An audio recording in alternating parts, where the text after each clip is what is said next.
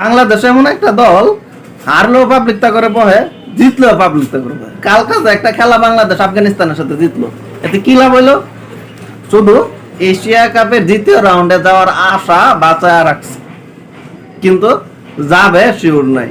Sure নাই বলতে সম্ভাবনাই নেই যাওয়ার। কেন সম্ভাবনা নাই? যে সমীকরণে বাংলাদেশ পড়ছে, এই সমীকরণ সম্পূর্ণ হওয়া আমার মনে হয় সম্ভব না। কেন সম্ভব না? কারণ কি করা লাগবো? শ্রীলঙ্কার মুখের দিয়ে তাকায় থাকা লাগবো। শ্রীলঙ্কা যদি আফগানিস্তানের সাথে জিতে, তাইলে বাংলাদেশ যাওয়ার সম্ভাবনা আছে। শ্রীলঙ্কা যদি হাইরাও যা, আফগানিস্তান যদি জিত, তাহলে কি করা লাগবো? যদি পরে ব্যাটিং করে, আগে ব্যাটিং করে, তাহলে 67 রান, প্রায় 67 রানের মধ্যে হারাতে হবে।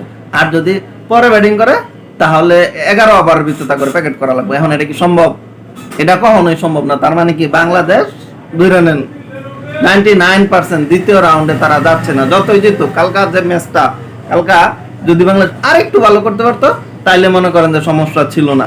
কালকে কিন্তু ভালো করার অনেক সুযোগ ছিল, কিন্তু আমার ব্যাটিংটা ডিব্বা মারছে। যেমন মনে করেন লিটন দাস, মানে উনি ছোট দলের সাথে ভালো খেলবে, এটা 100%। বড় দলে লাগাইলেই তার সমস্যা। কালকা 11 বলে করছে 9, 11 বলে যদি 15-20 করে দিয়ে যেত, তাহলে দলের অবস্থাটা একটু ভালো থাকতো। আর শামীম পাটোয়ারি, মানে এত আস্থা ভরসা তার উপর, পরে 11 বলে করতে কত 11, এই 11 বলে যদি 15-20 করে দিয়ে যেত, তাহলে হয়তো এতটা খারাপ অবস্থা হতো না। জাকির আলী অনেক, ওনার কথা কি বলবো, উনি মানে ম্যাচের আগে, খেলার আগে, এশিয়া কাপের আগে এত প্রশংসনীয় সে হয়েছে, পরে এশিয়া কাপে ঠন 13 বলে করছে 12। সবচেয়ে মানে দৃষ্টিকটু, সবচেয়ে খারাপ খেলা খেলতেছে। আগে পরে যাই হয়েছিল, কিন্তু তার ব্যাটিং এর সময় দলের একটা টার্নিং পয়েন্ট চলতেছিল, কিন্তু টার্নিং পয়েন্ট এসে কি মানলো? ডিব্বা। এই ডিব্বাতেই দলের মনে করেন যে এশিয়া কাপ বাংলাদেশ থেকে আরো দূরে চলে গেছে। যাই হোক, সাইফের একেবারে 20 দেওয়া এবং মুস্তাফিজের রান আউটটা মিস করা এশিয়া কাপ থেকে বাদ পড়ার সবচেয়ে বড় একটা কারণ। তারপরে এর মধ্যে কিছু ভালো দিক আছে। নাসুম চমৎকার বল করছে, আর বোলিং লাইন মোটামুটি সাইফ ছাড়া সবাই মোটামুটি ভালো বল মারছে।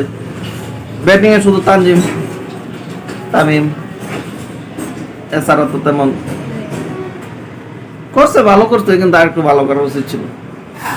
যাই হোক, সকল সমীকরণ মিলায় কি বোঝা গেল যে বাংলাদেশ কালকার ম্যাচটা জিতছে, এটা দেয়া মানে এশিয়া কাপে যাওয়ার মতো সম্ভাবনা, এশিয়া কাপের দ্বিতীয় রাউন্ডে যাওয়ার মতো সম্ভাবনা নাই। তারপরও মানে আশা বাঁচায় রাখছে।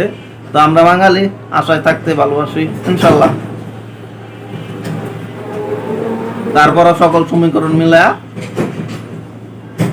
দ্বিতীয় রাউন্ডে আমরা যাবো ইনশাল্লাহ।